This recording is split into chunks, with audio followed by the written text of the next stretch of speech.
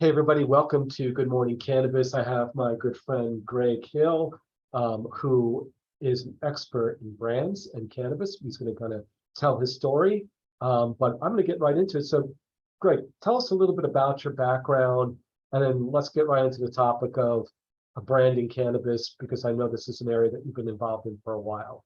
So Yeah, take it away, Greg. yeah. My company is called BrandBirth, and that is what we do. We bring brands to life. We create brands, we revitalize brands. Had it for about 15 years. Before that, I had a more traditional agency background. I opened the agency that launched Red Bull in America. I managed the agency that opened Oakley. So I'd had some of these fun, big experiences. But about 8 years ago was my first experience in cannabis. I did the brand work for Weed Maps out in California. And the strange thing is, in California at that time, there was one brand. It was all illicit market, white label. I sort of accidentally cornered the market with my one, but it really gave me a jumping off point to spend, the last 8 years really focusing on how to build a cannabis brand. Awesome. So let's kind of talk a little bit about what you've seen in your history of branding cannabis, and especially as the East Coast movement is sweeping from Maine to Florida, hopefully eventually. What are some things that folks entering the market, or even those who are operating now in the market, need to know about branding in cannabis? And why is it so important to have someone like you on their team? I think the most important thing to remember is that you cannot do this on your own. No one can tell an honest story about themselves. And that's especially true in cannabis, where there can be a lot of people who say nothing but use a lot of words to do it. A lot of people will fall back on perceived product quality, on my weed is fire, on all these things that essentially the customer is gonna be like, listen, I'll let you know if your weed is any good. What I want to know from you, I want to know, the why, I want to know the how, I want to know sort of what you're doing in the space and how to set it apart. One of the things I always remind people is this is sort of the ultimate commoditized industry, right? I mean, cannabis is dirt, water, a seed, and your story. And that's it. And so the ability to tell a story that actually sets you apart is everything, especially going into these new markets. So give me an example of maybe some folks that you're working with, without using their name, that you're trying to help them to tell that story. Yeah, well, so it's interesting. I'm a Californian, Right. and so most of my work has been in California, but for the last 8 or 10 months, I've made a concerted effort to leave California. And there's a bunch of reasons for that, and everyone knows what's happening with the market here. But so I'm in the middle right now of launching a brand new licensed cultivation brand in New Jersey. We'll be in market December 1st, new everything, right, from scratch, but locally owned, third generation farmers. And that was a really interesting story to tell, because they, like a lot of people, were coming into it focused on the product. Our flower is going to be this, we're flower guys this. And what the story they really had to tell was about, we are authentic third generation New Jersey farmers. The CEO's grandfather literally came over from Holland and knew how to irrigate the land to create farmland. It was a swamp. And they, and so first of all, New Jersey is a classic for, there are the MSOs and the non-MSOs, and everyone who's coming into the market now wants to know that they're working with locals. And so the idea that you're third generation growers. Second thing is, they're one of these rare companies that in a weird way, they've never been in the gray market. Like, they've never been in the illegal market. And this is such a strange industry, because that sounds like a negative. Like, well, if you don't know that. But what they've done is they know how to grow plants better than anyone else. And so it's about expertise coming over from the side that really matters, which is how you grow a plant, versus the side that matters less, which is how you have this cannabis culture. Because that's a thing that I think you can come in and people can, to help you, shape and form. Is there any do's and don'ts when it comes to branding in cannabis? Like, is there any restrictions that people may not be aware of, Greg? Well, there aren't necessarily, it's interesting, the legal restrictions, the state level restrictions, are less about messaging than about how messaging gets delivered. Well, it's almost like you can say anything, but you can't say it on those 5 channels. You can only say it here and here.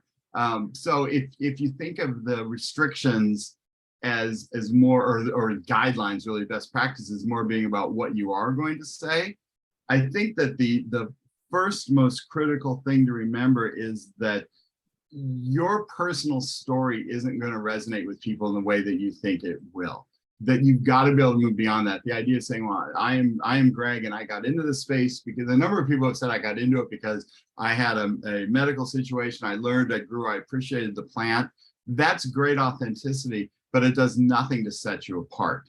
And there's 100 sort of stories like that people focus on. But if you start to think about how am I going to sound different than anyone else in the market, that's not really the way to get at it. The way to get at it, again, is to focus on how you produce what you produce, why you produce what you produce, how you get into it, and then what you stand for and what you believe in. Because people still want to know that they're supporting brands and products and people that, you know, share their value system. Is there any difference in branding, say, the plant, the product, than, say, a retail store that's selling the product? Yes, up to a certain degree. I mean, the foundation of it's the same. Is I still want to know who these people are and why I support them, why I believe in it. But retail is its own gig, and you know, retail is a terrible industry anywhere. The grocery stores are a tough industry, right? You discount, right. It's all a tough industry. Retail in cannabis is so controlled, defined, limited by each state. Right, you go into an Oklahoma and it's a free for all. You go into Michigan and all the retailers are getting ground down because there's so many of them. You go into states where, I mean, New Jersey right now is going to be struggling for a while with not having enough retail. And right. So it really, you've got to look at the competitive set in your state and not just where it is in the moment, but what state level regulations are going to ultimately allow.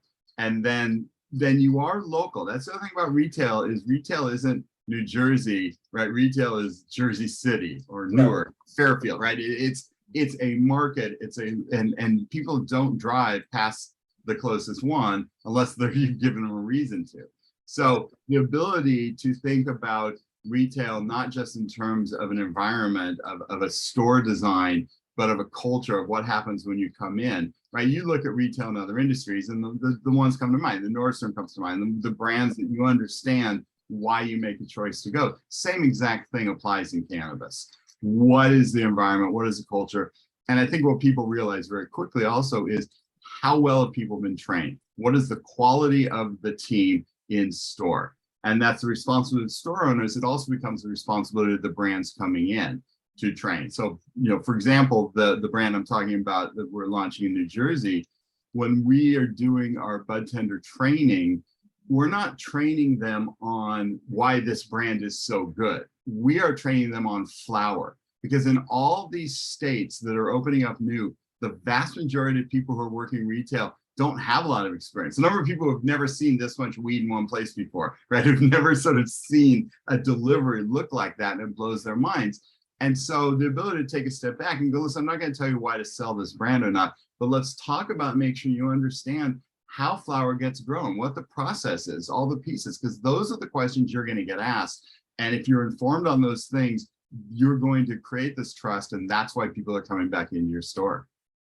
Do you think there's any difference in branding cannabis products or whatever on the East Coast compared to the West Coast? Based upon what you suspect, since East Coast is a brand new emerging market? Here's the great thing about the East Coast is there's so much optimism and positivity, genuinely. Like you get to create something new now. And the West Coast is really beat down, and it's hard. And there's a cynicism that's crept in. It's harder and harder to launch a genuine new brand because so much of the shelf space and so much of the relationships are already out there. So on the East Coast, you're seeing a lot more opportunity to create, to invent something new, to tell a story that hasn't been told before. And not just East Coast, but really everywhere in a new market, you're seeing this interesting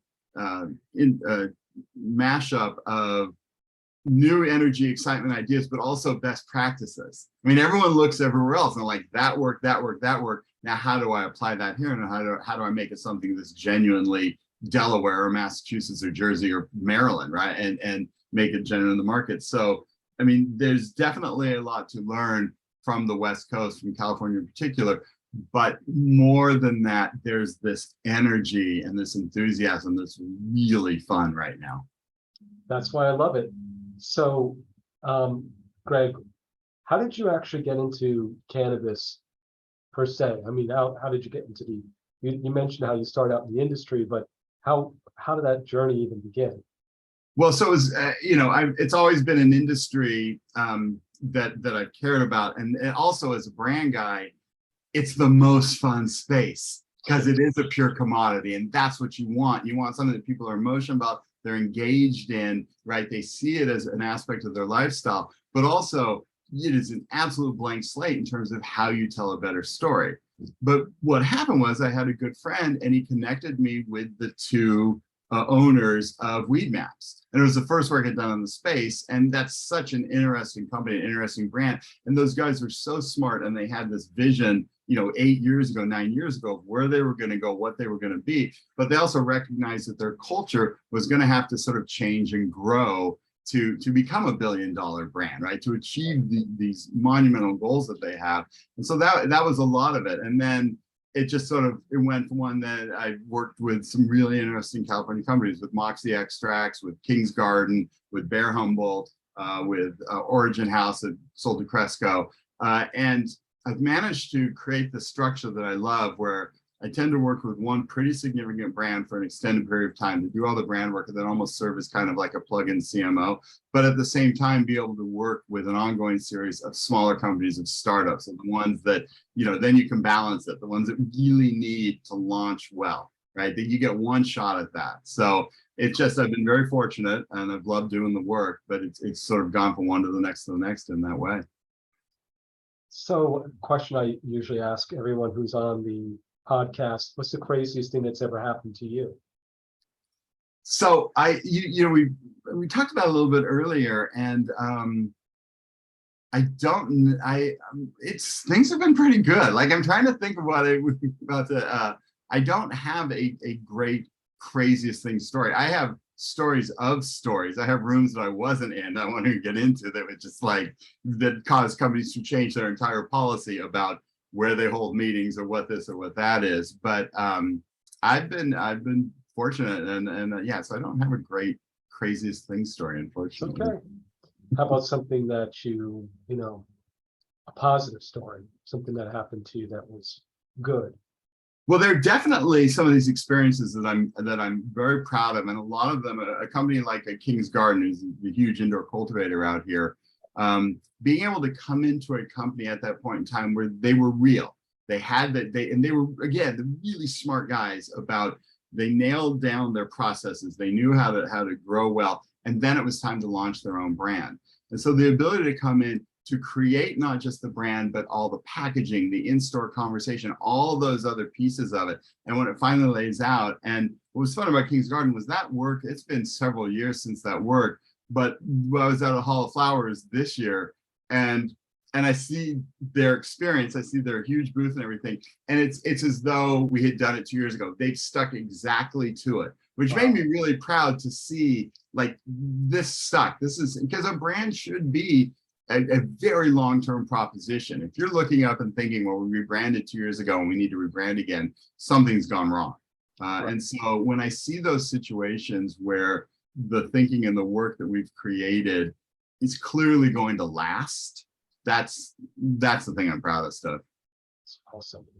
So if people want to track you down, Greg, what's the best place to find you? What's the email address? We'll put it also in the show notes, but how can people get in touch with you? Yeah, so I mean, my email's the easiest, which is Greg and the company is called BrandBirth, but it's BRAND-BIRTH.com, and that's the URL, brand-birth.com. But just send me a note. I love having the conversations. It's nothing more fun than spending an hour with someone who's thinking about getting into it, who's got their business, and just being able to give them perspective on it. So it's awesome.